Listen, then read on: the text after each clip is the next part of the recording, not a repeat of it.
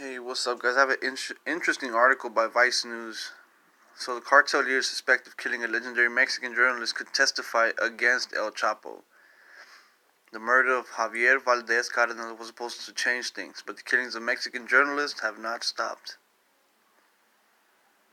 Okay. The newspaper he left behind is called Rio 12, or River 12, a reference to 11 rivers that crisscross the Mexican state of Sinaloa. The name represents the flow of information, the spreading of the truth. That's why the assassins shot him 12 times and at 12 of noon.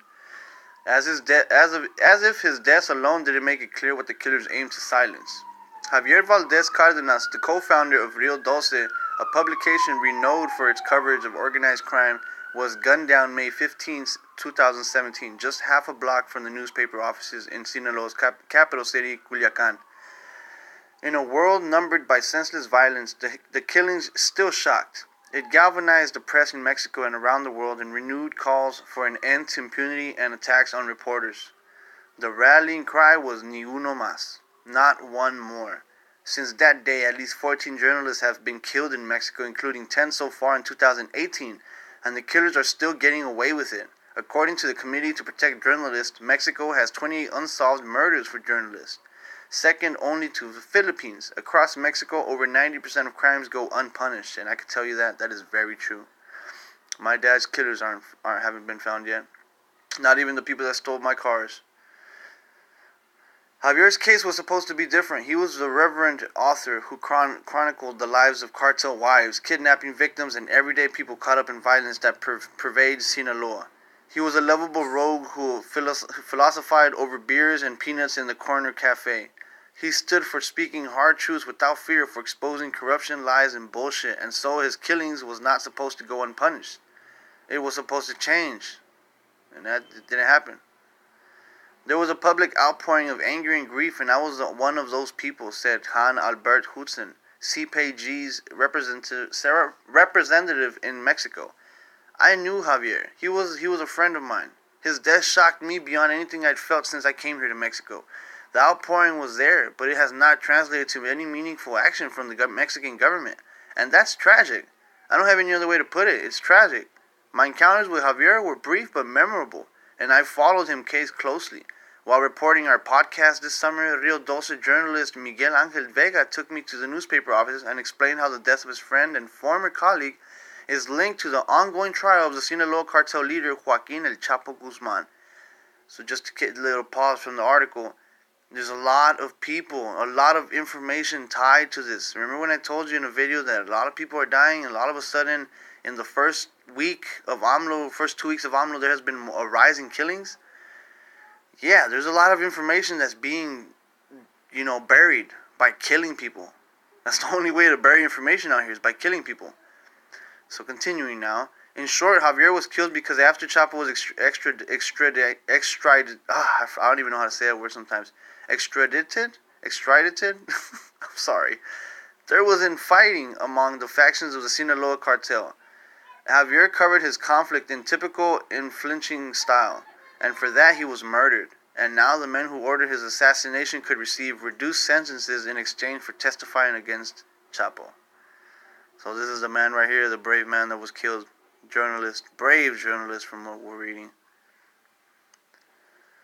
The suspected gunmen in Javier's murder, who go by the names El Koala and El Kilo, or Quilo, are in Mexican custody on homicide charges.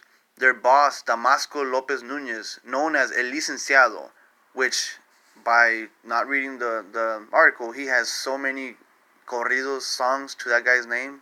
That guy right there, El Licenciado, El Mini Licenciado, El Damaso Lopez, that dude's known out here in Mexico. I'm going to just tell you that. Was Chapo's former right-hand man, and he was recently sentenced to life in U.S. prison after pleading guilty to drug trafficking charges following his extradition. Lopez Nunez's son, Damaso Lopez Serrano, a.k.a. Mini Lee, surrendered to U.S. authorities at the border last year and pleaded guilty to drug charges in January. In the end, nothing is going to happen. Drug smuggling will continue. The bloodshed will continue. Junior and seniors' nicknames, Mini Liz and Leak. So, Licenciado, Mini Licenciado, they're known out here in Mexico. They make corridos of those guys. are short for licenciado, which roughly translate to the lawyer.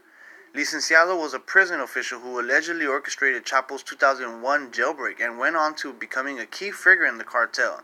In early 2017, after Chapo was captured and extradited to the U.S., Licenciado and his son began fighting for control over the faction of the cartel Chapo left behind. Javier landed an interview with Licenciado, but when Rio 12 published the story, Chapo's sons, known as Los Chapitos, blocked the paper from being distributed. Because let me remind you, Sinaloa is the Chapo's territory. Blocked the paper from being distributed, sending me to follow the delivery trucks and collect copies. Javier continued to write about the internecine conflict, including a column that described Mililis as a weekend gunman who was good for chatting but not for business. That was all it took. Javier wrote a frank assessment of a cartel's scion who was in over his head trying to follow in his father's footsteps after El Chapo's extradition. The elder Licenciado reportedly confessed to Mexican authorities prior to the extradition that sicarios who shot Javier belonged to his clan. According to Rio 12, Mini Licenciado issued that kill order. Licenciado's name has been mentioned several times in the first 5 weeks of Chapo's trial in Brooklyn, and the former consigliere could be among the remaining cooperating witnesses called to take the stand. In exchange for testifying against his old boss, Licenciado's life sentence could be reduced on the recommendation of prosecutors. Other former high-level cartel members have similar arrangements in Chapo's trial. Mini Licenciado may also get a deal, despite allegedly ordering the murder of one of Mexico's most beloved journalists, Javier Valdez. Rest in peace, Javier Valdez. Here in Mexico, he reported a lot of stories, and we were all interested because it was all about El Chapo, it was all about cartels. This guy was a real icon out here in Mexico. My dad me and him would read some stories of Valdez out here. Meanwhile, the outlook for reporters in Mexico remains bleak. The new president, Andrés Manuel López Obrador, has made press freedom and safety talking point early in his new administration. But it will take nothing less than a deep and radical changes he promised during his campaign to make an impact. The superficial reforms ordered by ex-presidente Enrique Peña Nieto in the immediate aftermath of Javier's death have done nothing to staunch the bleeding or bring justice. The U.S. isn't helping. Beyond the rhetoric from President Trump about fake news and enemies of the people, his administration has made it more difficult for Mexican journalists to seek asylum when they're facing threats of violence. When U.S.-based reporter who exposed corruption by the Mexican military, Emilio Gutierrez, has been fighting deportation for over a decade. As for El Chapo, my colleague Miguel Angel, who follows the U.S. legal proceedings of extradited drug kingpins for Rio 12, doesn't feel his conviction will have any long-term positive impact, and convicting him certainly won't mean justice for Javier. In the end, nothing is going to happen, Miguel Angel said. Drug smuggling will continue, the bloodshed will continue, we are just in the middle. We all have been victimized, somehow either directly or indirectly. That's just the way it is. We have to live with it. Honestly, Miguel's right. I mean, a lot of cartel mentality, a lot of narco culture is out here in Mexico, and it's pretty hard to stop a rampant culture like that. It's the style out here. Even I listen to corridos, narco corridos, It's the style out here. I'm not saying that it shouldn't change, but I'm just saying that it's going to take a long time to change.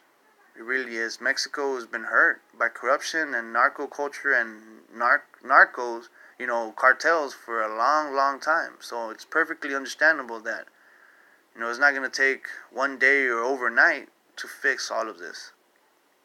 So he's right in saying drug smuggling will continue, the bloodshed will continue, and that we are just in the middle. Because just as I share with you guys this information, they're sharing information. It's all just, yeah.